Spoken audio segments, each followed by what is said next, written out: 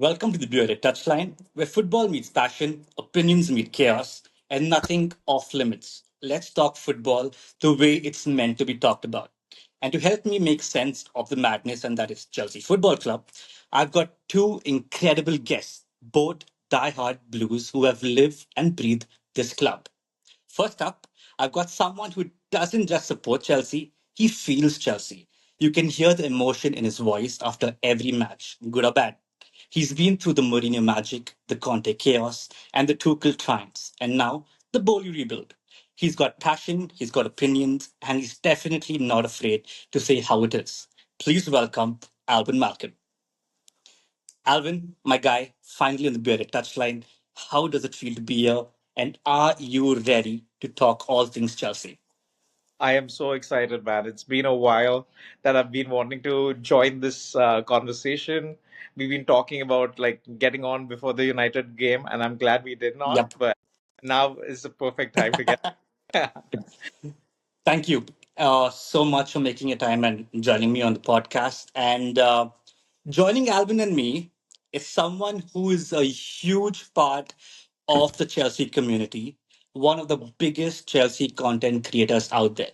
His videos have brought fans together across the globe, blending emotion, creativity, and pure passion.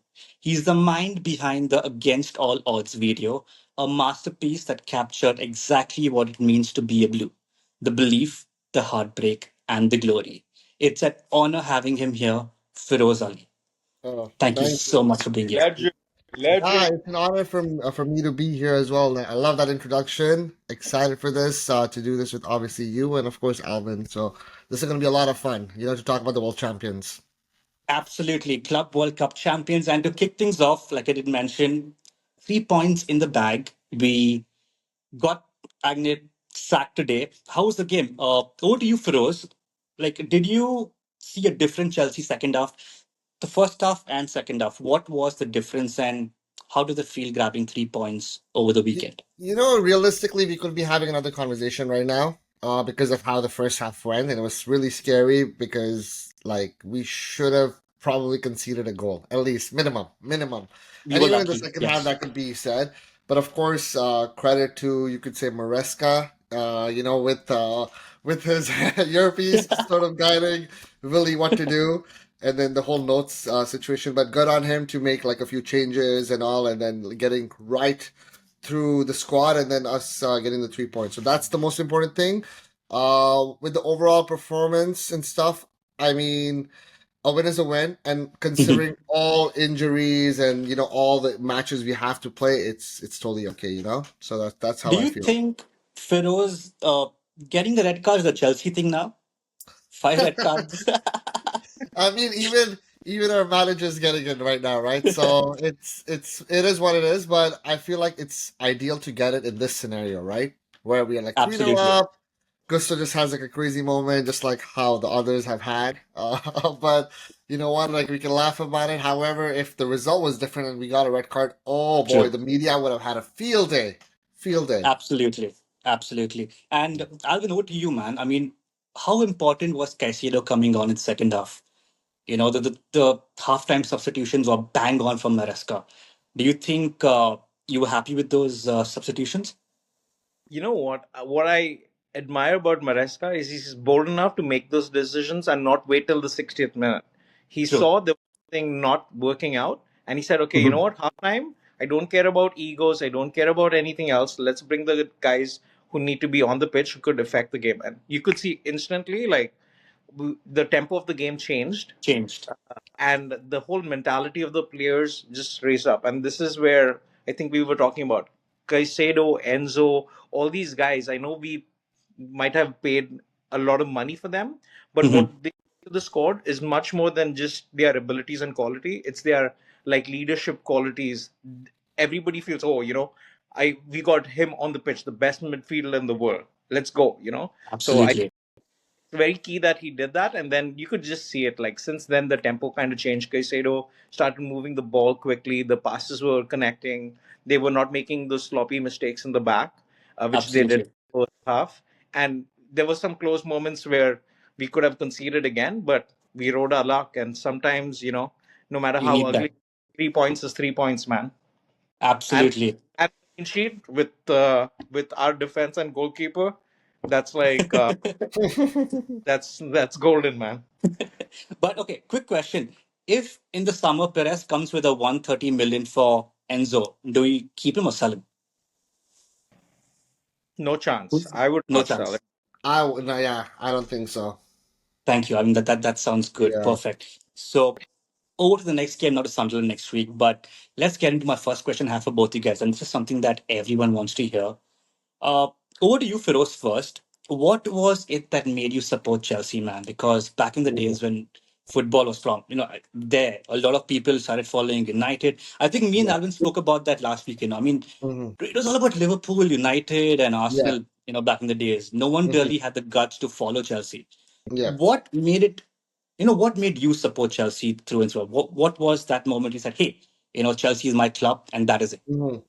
I'm gonna answer this question in a different way because I'm gonna answer it what got me into football. All right. Okay, So I perfect. feel like for me, the most important player, Hmm. when the TV was on and all the crowd, the noise, everyone was talking about a specific player from Brazil. All right, his name was Ronaldo, the original R9. So I Yep. started watching him, and I was blown away. And this is when I wasn't into club football at all. Right, this is Okay. probably around 97, 98. I'm just starting to Hmm. like really get into football, stopping a lot of FIFA, and then at the same time, I kept my eye on this Italian magician, Gianfranco Zola. And that's what made me go like, wow, what is going on here? And then I got familiar with the players, sort of understood a lot Hmm. of like more things. And then of course, eventually, we got lucky with Roman and all, but this is pre-Roman, with Absolutely. Hasselbank, with Johnson as well. And all these guys, it was just like that era. I feel like is so underappreciated, because True. even though, like as you said, the main teams, the big teams, right, like the European giants or world giants, right, they were there like United, Liverpool, and all these other clubs as well, right? Chelsea was like there and about. I'd say always like fourth, fifth, third, fourth, fifth, Yes. sixth. We were there. So it wasn't like something that I really paid attention to. But at the same time, I also had this thing where I'm like, I'm not going to support a team that everyone is supporting. That's just not what I'm about. And then, of course, when Roman took over, everyone was like, "Oh, look at the like." I'm like, "No, this is way before Roman." So I would say, like for me, the key point is Gianfranco Zola, but then also like video games and stuff helped me get familiar with everything. Wow. That's brilliant, to be honest. I don't think a lot of people knew that, but now they do. Yeah. Alvin, over to you, man. What was your story behind supporting Chelsea? Actually, it's funny that you mentioned this question because that's how Feroz and me bonded. When this question when we were going for a drive to go watch a game, and he was like, "Wait, what he's saying is like giving me goosebumps because Goosebumps. that's exactly how our journey started." My same kind of thing. Like I started watching soccer, football. Sorry, apologize for that. But The next All time, good. I think, football. Feroz, do you give me permission the next time he says soccer, we can just boot him out of the podcast? But you know what? In his defense, I almost did the same thing right now because you just get accustomed to it. But it's Yeah, so, I'm sorry to interrupt because I know this is like a question to both. But when he asked the question, I'm like, thank God I'm answering this first because our answers are going to be so similar. So, it's Yeah. true. Like something about the Brazilian samba magic. Like when you watched international football, it was because you wanted to watch Brazil, and there was this Beautiful crazy football. following Yes. about like in India. I don't know why there was this massive craze. There was like these songs that were like for the Brazilian team chants. Yes. Like I did not make sense, but it made sense. Like everyone was a Ronaldo fan. Like it was crazy. And like during that time, similar to what he was saying, Gianfranco Zola, Jimmy Floyd Hasselbank, you had Dennis Wise too as a like leader at that Oh, time, and then Ruud Gullit because oh, he was like that cool guy with the like the dreads and hair. everything. Dutch, we got two really good players from the Dutch team who were doing Absolutely. really well for Chelsea, and like the magician, of course, who put Carragher on the ground a couple of times, and probably that's his wounds even now. But for me, that was the era that I started supporting Chelsea, and it was Mhm. also because I just was tired in seeing everybody's just supporting United. Everybody was True. like, United, I'm wearing like a United jersey, and I was like, okay, I don't want to be just a glorified like bandwagon United fan fan. of a Absolutely. like I wanted to. I was very passionate about supporting a club, and I took some time to like figure out which club I want to support, and it happened to be Chelsea. And like he said, we didn't know at that point of time that Roman Abramovich is going Yeah. to come in and like get all these players, and we're going to go on a row that is probably one of the greatest in like football like History. era ever. Absolutely.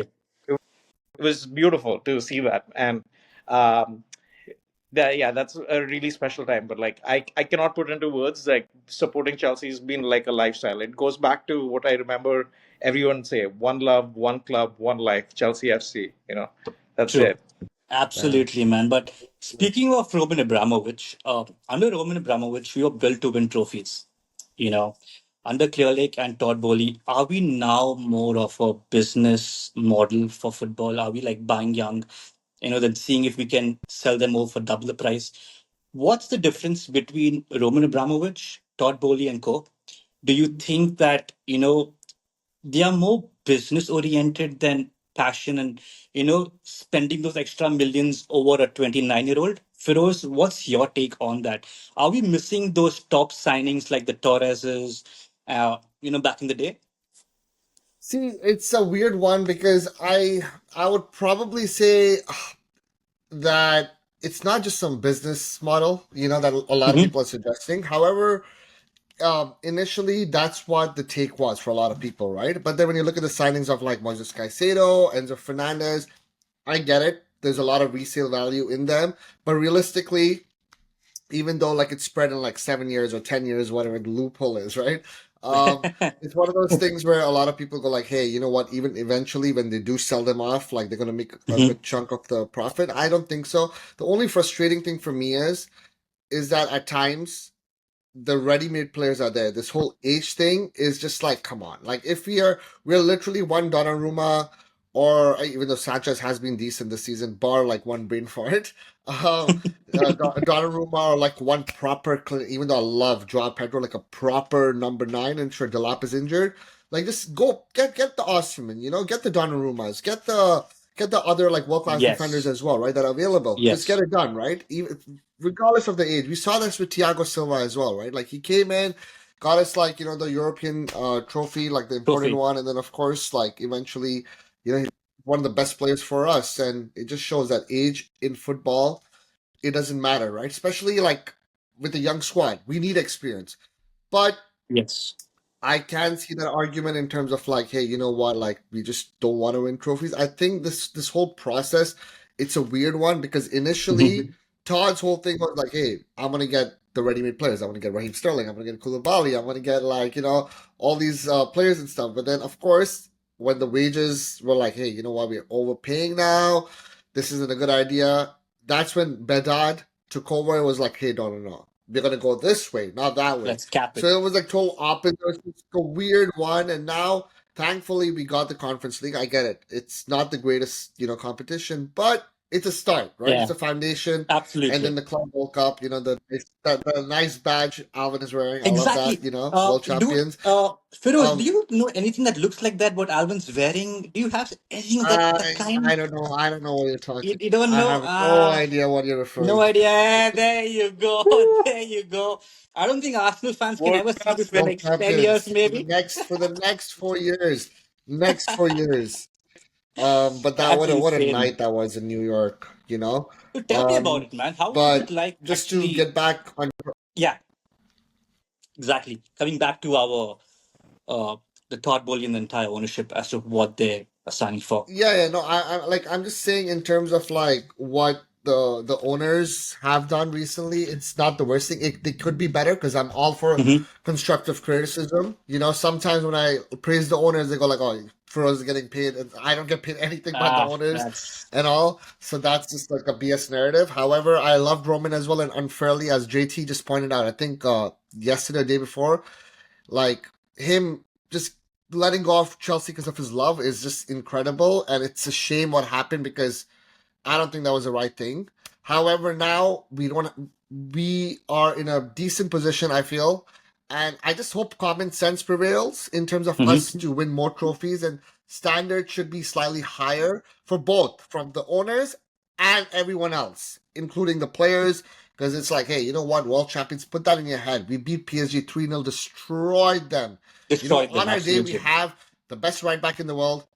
We have the best right back in the world. We have the best midfielder in the world. We have like arguably the best attacking midfielder in the world too. You know, so I feel like just a couple of pieces are missing in the puzzle, and hopefully the owners take care of Hmm. that.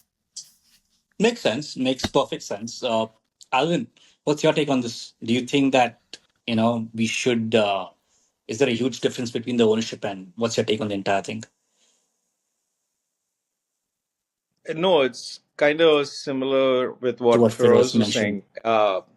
I I don't get the red tape behind, okay, if the guy's a year or 2 years older than what fits their specific like mindset right now. Okay, younger players like getting a proper striker, a Hmm. goalkeeper was essential for Chelsea's squad, I think, at the start of the season. Because if Absolutely. we have ambitions to win the league or win the Champions League, you need an out and out striker. And Striker. Chelsea has been good when we've had big, bad, ugly, strong striker up ahead who's willing to fight the defenders. And, you know, that's when we succeed. All the times we've won a league or the Champions League, we've had an amazing goalkeeper and an amazing Yes. striker.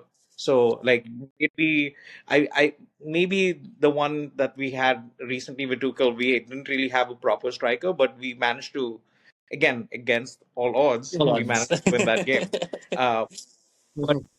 the times that they won a league, to be win a league, you need to have a consistent striker. Drogba, Absolutely. Costa. Anelka, you had even Diego Diego. Costa. Like all these guys are stalwarts for Chelsea. When you had an out and out proper striker, Striker. we always have had a good midfield, good wingers, but never really a good striker consistently over a period of time. So, and then you have to have a reliable goalkeeper. We cannot afford Good. to do the mistakes we did last season, like 10 or 11 mistakes that we made at the back that resulted into goals that cost us a lot of points. We just scraped Yes. in into Champions League by the last day. And as Chelsea fans and as a club, I don't think we are here to like finish top four or anything. We want Absolutely. trophies. We want to win the league. We want to win Champions League. That's our ambition. So I think as long as that ambition aligns with the owners, I don't care. You run it as a business, you run it as whatever, but when you can put the right players in the right positions, that's what we care as fans. Because when you have like players like Ozyman, because you have like good goalkeepers like Donnarumma who's available. I think you Hmm. should take that opportunity to like you know get them Take them. on board Absolutely. because that opportunity come along too often. The market is like kind of Scarce for not doesn't have the goalkeepers best like strikers Donnarumma. out there. So, exactly. So That's right. When you mentioned fighting defenders, it reminds me of Diego Costa recently with the Chelsea versus the Liverpool Legends game. I don't know if you guys saw that, but he actually put in a late one on Skirtle, dude. I love that guy. I just wish we could just take him back, put a jersey on him, and just like let him start, dude. I think the guy still has at least 2 seasons in him. I think he still bleeds blue through and through. But yeah, I mean, hopefully we get our signings right. But my next question again. We spent nearly $2 billion right now. Is that money well spent, or do you wish we give me 3 players that you wish we didn't sign at all from the money that we spent till now? Phillips. oof. Oh, are there more than three Oh players? Are there five? man, Are there six? there are a few players, and I'm saying this with all due respect to the players. Okay. You know, it's not just because of like the way I feel like their football level is. It's because of they could have been unlucky with injuries. You know, Hmm. it's a really weird one, right? Like for me, for sure, Wesley Fofana, I'm gonna put him there.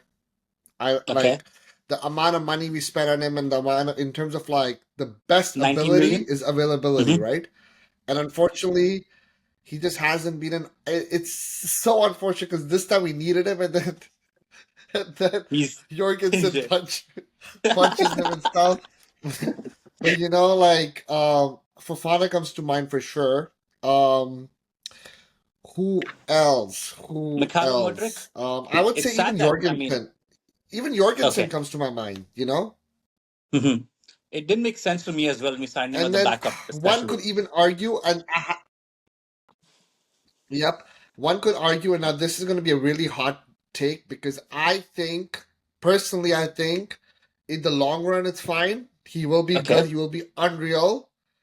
But Lavia as well, man. You mean to say that we should have signed him? In I think he's terms a of no, like in terms of money well spent, bro. Like spending what 55, 60 million on a player who has played like 5 games or 10 games in the last 2, 3 years. Come on, man. he's 19. Like I mean, he's just you 19. know, He is injury prone. I agree with you. He's injury prone. I know, but I, I can see eventually, obviously, like him succeeding. I love him, but I'm saying, in terms of like how things panned out with how much he True. played and all, was it worth it? hmm Clearly not, True. right? Just like Makes sense. Fofana. Makes sense. Fofana for me, bro. When Saliba was there, Fofana was there, and we went for Fofana. Fofana was rated much higher. He got so unlucky with injuries, but True. it's one of those things. But the obvious answers for this are obviously Raheem Sterling, right? And stuff like that. Oof. But I'm trying to give you answers like that aren't too obvious, that are sort of going Okay. under the shadows and The stuff. radar. That's how I hmm feel. But there are a lot of like realistically, bro. Realistically, we're champions of the world. Everyone will be like, "Oh, this, that." But have we spent wisely? God, no, we haven't. Right? The fact that we spent like you said, 2 billion, right?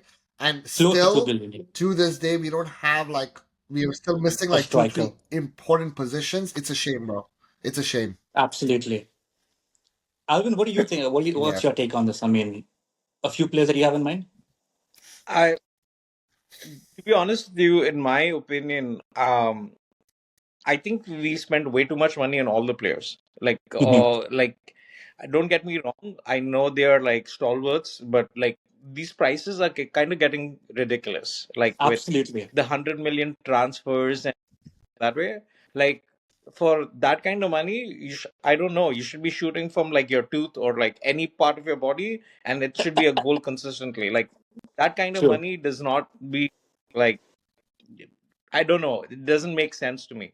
It seems kind of outrageous because if you look like real fans who watch football since we were young, when you paid 40, 50 million, you would get legendary players. Now Torres. we are paying 50, 80 million on like on potential, not like True. actual you proved yourself. You have one good season and hmm then boom, you're like 60 million, 70 million. Makes no sense to me in terms of like money. In terms of players, like I would just say a blanket statement for all of them. Like the whole transfer market is skewed. And then I think because people know Chelsea is going after these younger players who have potential, they just hike up the prices Inflating the and we prices cough for them no up because reason. yeah, exactly. Because they know that, okay, they'll pay a higher price because they'll give them lower salaries, increase their contract length and stuff like that. So that's my opinion on it. Uh, but that's just like overall statement, I would say. For But yeah. makes sense. I mean, that's your take on that. But again, what I was upset about is again the board. I mean, the board comes and tells Maresca, listen, your objective for this season again is top four. For how long do you think we can give Maresca the same objective? When do you think we tell him, listen, this season we won the Premier League? How many seasons far are we from that, Feroz? See, it comes down to common sense, right? We could all be having a different conversation if common sense prevailed and we got the right Mhm. players, right? With the budget we had. We didn't back Maresca when he wanted a really like decent defender, and he wanted the defender before arguably our best defender got injured, right? Yep, Like Levi. before Levi Colville got injured, he wanted a defender, and then once we lost him for the entire season almost, and then as I mentioned, like the other defenders that we have are struggling with injuries, and even the ones that aren't that good that performed came for a game and are now injured too, right? So it's like Injured. a mess in terms of that, and I'm happy, of course, Josh like is doing well and stuff right now, but I feel like we need We need that clinical, proper striker. I kept telling Alvin as well. I love Joao Pedro, and I think Delap will come good, but it's one of those things where it's like a potential. Let's just get the ready-made player, right? We could have gotten like an Osimhen and stuff, and then when you have those players, just like how for Arsenal right now, like if Arsenal don't win the league, Arteta could probably get sacked, right? Because there Makes is no sense. weakness right now, right? I know I'm sort of talking about Arsenal, but like the goalkeeper, really good. The defense, one of the best in the league. The Best in the league. midfield True. with Zubimendi, incredible, and Rice, and the striker, and then the wingers, Eze. Come on, like sure, the Nani thing could be questionable because they could have gotten like maybe a better player, but Dan Saka, right? And Nani can be a backup. But like when you see Chelsea, as I said, there are too many weaknesses, but the squad has 3, 4 world class players that would get in any team, but then they have other players that just have brain farts, and some of them just are not good enough, you know. And I feel like we've been very unlucky with injuries because if we had like a full squad right now with Cole Palmer and stuff as well, then I would be like, hey, you know what? Realistically, we're just saying with a little horse, but maybe we have a chance because Liverpool is struggling right now. Maybe, I mean, but realistically, man, with all the injuries, it's just an unfortunate situation. So I feel like we're just a couple of steps, Away missing and from. behind. But once we get that sorted, then us fans can go like, not the owners. We just look at Maresca and go like, hey, be ambitious. Now say, you know what, True. we are gonna win the league or challenge for the league.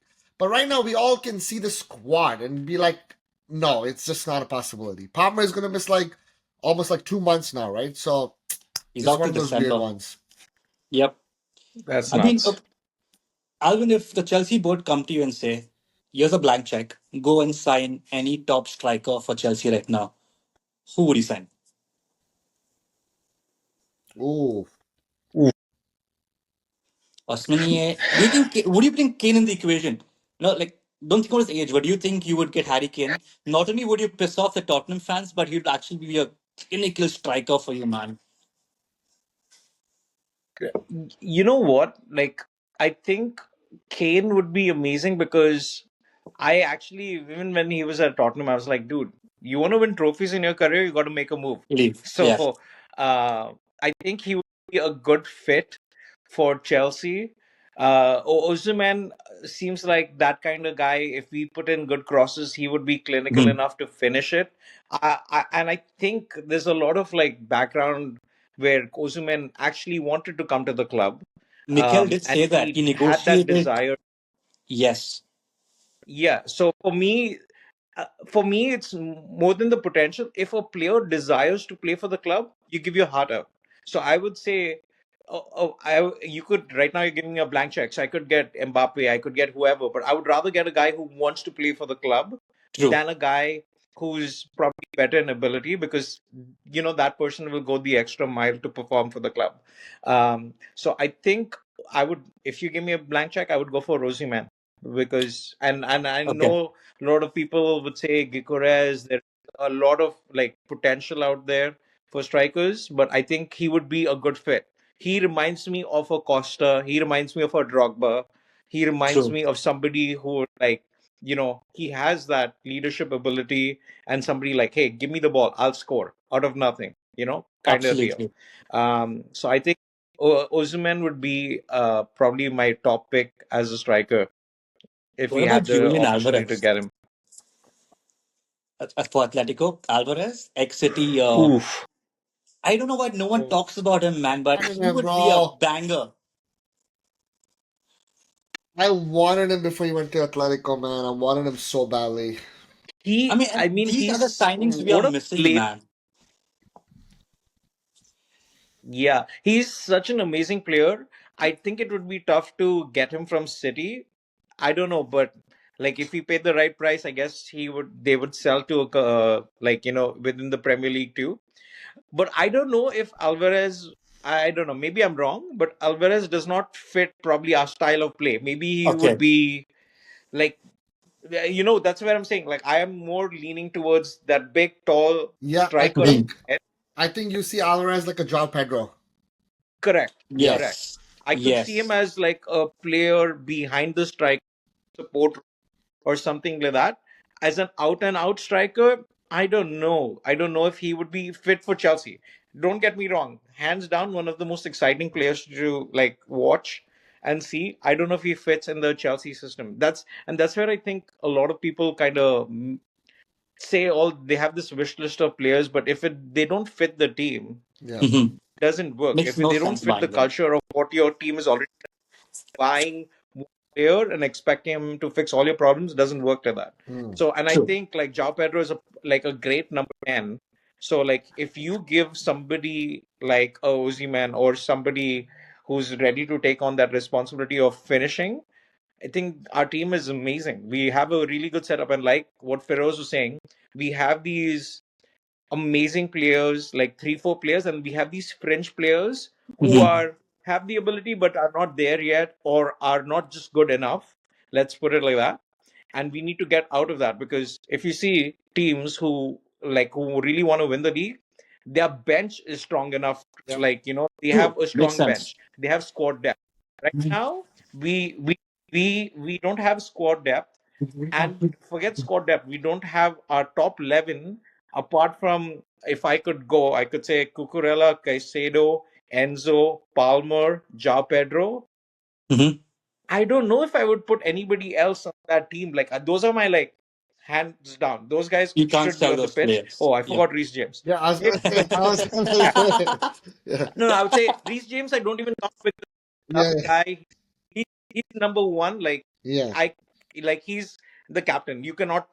That's why I Yeah. Yeah, didn't yeah, of mention. course. Like though apart from those, all the other players are could be fighting for their positions. The way I see True. it. Yeah. True. True. Makes True. sense. No, well And said, bro. I agree with you.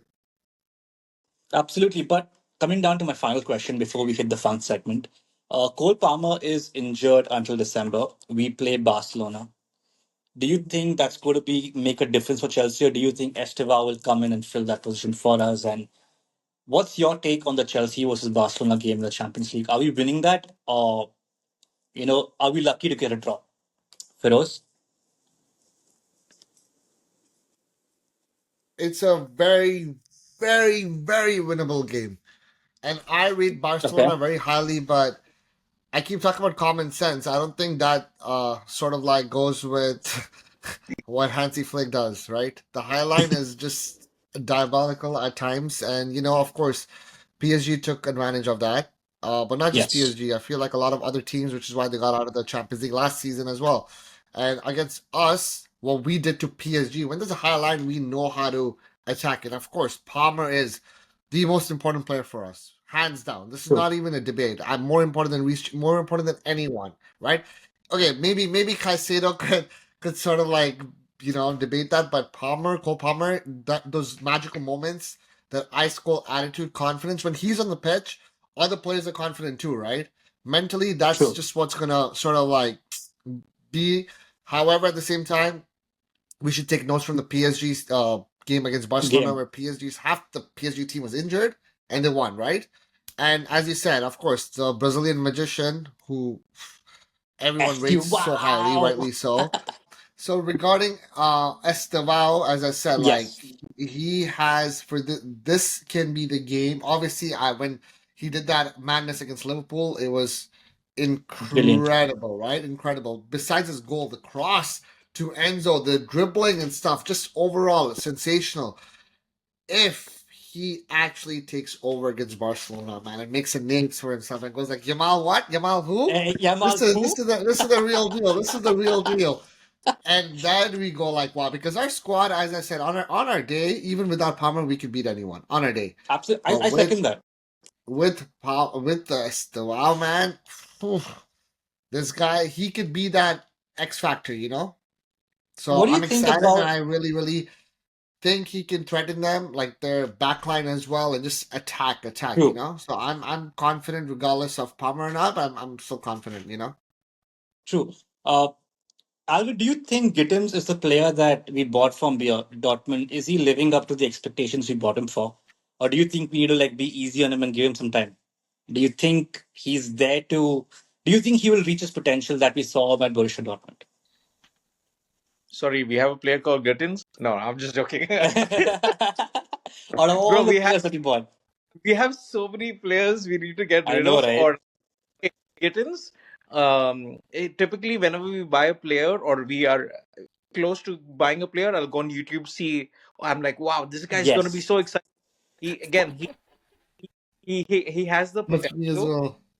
He has the potential. He looks like he has electric pace, Mhm. but at the same time, has he showed any of those abilities yet? Not yet. And for me, what didn't make sense is you got Gittins and then you got Garnacho. Like, why would True. you do that? And this is where I'm like, you're just spending money for the sake of spending money and not actually thinking about getting one quality player in who could actually fit in and improve the squad. So again, maybe he's going to be good, maybe not, but it's Mhm. just one of those, again, fringe players. You are either going to wait till you see him succeed, or maybe, we eventually get a good player and then he's going to be on the bench. um but to be honest with you, so far, a disappointing signing, but He sometimes could you get need there. time. Like, to be honest with you, Enzo took time to get adjusted to the Premier League, True. and stuff. So you never know. But he's English, so I'm hoping he does not take too long to adapt to the style of play and stuff like that. So Makes yeah, sense. Absolutely. So, I feel like JT is like JT is I'm the closest to JT. So, wow. yeah. That's insane. I mean, how was the interaction with him? Like, like, was it like, So I'm gonna say something crazy. Regarding JT, I met up with him as a fan in 2015ish, 2014, okay. 2015 when they came to Canada in Montreal. Really nice, interaction, but that was just as a fan, right? And then Mhm. later on, in 2021, right before we won the Club World Cup, um, he and I got connected on Twitter and Instagram for Okay. something not football related, just random things, right? We were just casually like interacting and stuff, but we never like had a personal interaction. Then one day, I had a bad breakup with my ex, and out of nowhere, like I just tweeted out because I post everything on social media. Uh huh. Unfortunately, I just tweeted out, "Hey guys, going through a tough time. We'll be taking a break." Blah blah blah. Out of nowhere, JT sends like a whole paragraph like, "Hey, bro, like you are inspiring me for posting this, for being so vocal. If you ever want to talk, Wow. let's talk." And that's when I got to know him as a human, not even as a player, because as a player, he was the greatest of all time in terms of in his position. But then Absolutely. when he did that, yeah, when he did that, I was like, are you actually kidding me? That's Right? Like, incredible, man. what is going on? And then eventually, like, we just interacted back and forth, started talking on Instagram. It was like a nice, fun thing. And then he told me, like, hey, he's going to Dubai too or Abu Dhabi for the Club World Cup. I'm like, perfect. And then COVID was there, so we couldn't, like, plan to meet. But randomly, I just saw him and he comes up to me. He's like, Feroze, how's it going? And he comes, hugs me. And I was like, Wow. I'm trying to play it cool. I'm like, and then I'm just talking to him and stuff. And then I take like I'm like, yo, can I take a photo? He's like, of course. And I'm like, can we record a video? It'll be funny because back then his profile picture on Twitter was not Uh huh. him. It was like something else. So people thought it was a fake John Terry. So in the video I go like, oh, you are real, right? Because people thought I was talking to some random person. I'm like, no, it's actually him. So once that happened, it was cool. And then he's like, "Oh, let's take a photo and shit." And then he took a photo. And then later on, right before leaving, he's like, "Feroz, can I ask you for something?" I'm like, "Go on." He's like, "Is it okay if I post this?" I was like, Dude, JT is asking. Oh my God. I was like, "What are you talking about?" So then I'm like, "Okay, Wow. cool." And then when I got in the car, I realized I don't have any photos. And then I'm like, Uh, "Wait, what happened?" And then I realized it was on his phone. He took the photos. so now you've had to wait The, for him to post that. yeah, the video I posted, but a really sad thing is there's a Chelsea fan that I know Mhm. really well that always helps me out when I go to London, gets me tickets and stuff. He was in Abu Dhabi too. He told me, Feroz, I have one favor. I'm like, anything for you, brother. He's like, I want to meet JT. I'm like, I got you, right? But when I met JT, it happened randomly out of nothing. So Wow. I'm like, oh no, I did not introduce my friend to him. Like I introduced other people I was with, but I didn't introduce that one guy who wanted to meet him. I'm like, oh no, I'm like, you know what? Once I go back to California, I'll post the JT interaction. It'll be fine. Bro, as soon as I got in the car, JT posted it. I'm like, Ah, yes! But yeah. I'm like, no, because then my friend messaged me. He's like, bro, how dare you? Like, I'm like, no. But getting back to the topic, man, like an amazing person, bro. Like every time I've asked him like for a video message or something, he'll Mhm. do it. He'll just do it, bro. Like Ah, so, really nice guy, really cool. And as a human, bro, the fact that he reached out when I was at a low point in my life, that that's says it all, amazing. right? So That I have a speaks special a place lot for about him, who he actually is. of course, of course. And then the picture's still up on Twitter of him, Dude, him posted. it's actually iconic because that hug, it felt like, bro, even I want to be hugged by John Terry, bro. Dude, The yeah, Like, it's man. that such a cool picture. And to be honest with you, that when you were saying this, I was like, you've met quite a few players. I yeah. was gonna ask you which was your favorite interaction with, like, Absolutely, yeah. Which you've was your met. favorite? Uh, You Such a know, cool. like the crazy thing is because I have imposter syndrome in terms of like, hey, just a Chelsea fan, loves the club and stuff, right? But then when I'm privileged enough to like experience these experiences, I go like, I have a moment of like, okay, I gotta treat them as a friend because they want to be treated like normal people. But then Mhm. midway through the conversation, I'm like, what's I happening can't do here? this Like, anymore, man. as I told you, for Bobby Tamling's documentary, I met up with Lampard, Bobby Tamling, and a bunch of other legends. And then Lampard enters the room, like the meeting room, and I'm like, holy shit, it's Lampard. It's like 8 o'clock in the morning in London, Wow. and then he's walking by, and while he's walking by, they're playing the animations on the projector, like just talking about the documentary. Lampard is like, oh, I've seen this.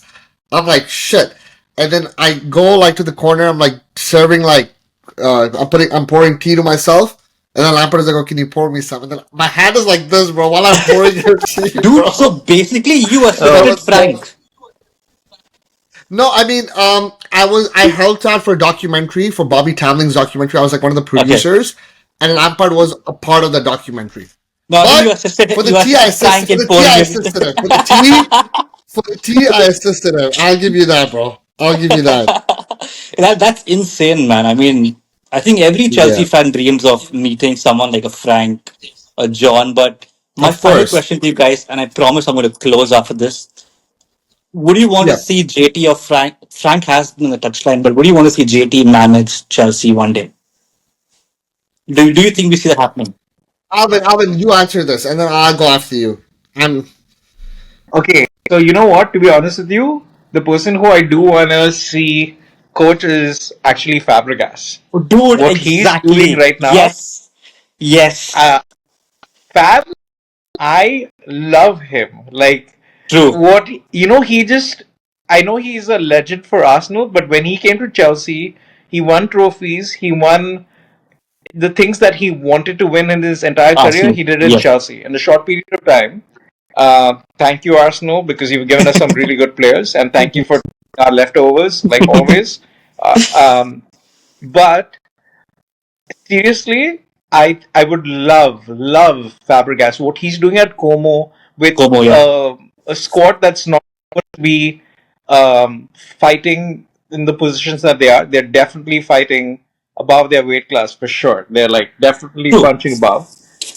Fabregas would be the JT. Like I don't know, like it would be just way too emotional, and I would not wanted to see him sacked. That's the only reason why I don't think I want JT to be coming. Like because I have way too much respect for him. You know what I mean? And there's True. a lot of like I know a lot of like English people talk crap about Terry and whatever he stuff, and it really annoys me because just those human interactions, like he just said right now, he's a Being there leader for. on and off the pitch.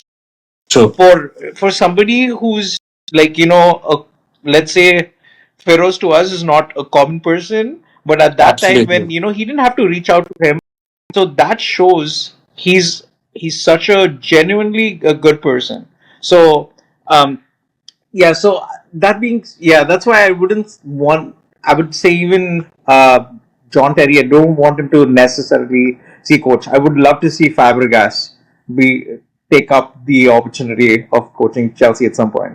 Honestly, I think Fab will end up at City. I see after Pep leaves, I somehow feel City will go ahead and snap Fab up.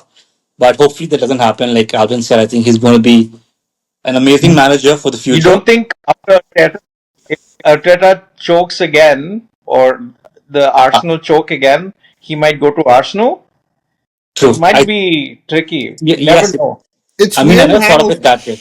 like now that I think about it, it's really weird how, with all due respect to the managers besides Zidane right now, who's not even like he's stopped managing pretty much. Every like manager, they weren't like a world class player, right? True. Like Xabi Alonso was a really good player for Spain, but he wasn't a Xavi. You know what I mean? He wasn't Xavi Iniesta. And then Yeah, yeah. Company was a really good defender too. But I'm just thinking of all the world class players that have struggled to become managers, like Andre Pirlo, or even like Scholes, Rooney, Lampard. Thierry Like Henry. it's crazy how they struggle. And Fabregas could be like the one player. Actually, even Fabregas, I mean, he's so technical and stuff, right? Like, and the way his brain works is incredible. And I can definitely see him at City or, Arsenal, hopefully Chelsea. But, it's one of those things where I feel like wherever he goes, he's going to do really well. Because he's doing a phenomenal job at the whole thing True. at Como and all. And he just speaks, he knows football in and out. Bro, just the way he used to play the game, right? You could tell he would be like a world class manager, you know? And Absolutely. he's very passionate too stuff. Like so I think like I also do hope if he does come, we give him the opportunity and time. We fire coaches way too quickly. Like this like like today what happened with Nottingham Forest getting rid of and like literally right after the final, kind of embarrassing, man. It's kind of It is. embarrassing that like uh, we get like these coaches are being fired for whether it be valid or not. People should be given time in their jobs to kind of prove themselves, and especially if you're giving a Nuno score to Ange and expecting him to make miracles out of it, can't doesn't work like that. It takes time. You give him an at least a transfer window, and then judge him. But you can't. Yeah. So I hope. I know. Typically, we've always got rid of our coaches pretty quickly too. So I hope whenever we do get a player who, especially the next Chelsea player, that we Mhm. give him the time to actually succeed. Absolutely. Absolutely. And that was pure Chelsea talk, passion, honesty, and plenty of hot takes. Massive shout out to my guest, Alvin Malcom, bringing that raw fan perspective we all relate to, and Feroze Ali for continuing to inspire Chelsea fans across the world with your incredible content and storytelling. Chelsea might be rebuilding on the pitch, but the conversations like these remind us the heart of the club has always been its fans. If you enjoyed the episode, make sure to like, subscribe, and share the Bearded Touchline. And as always, keep the bearded sharp. Thank you guys for joining me on this episode.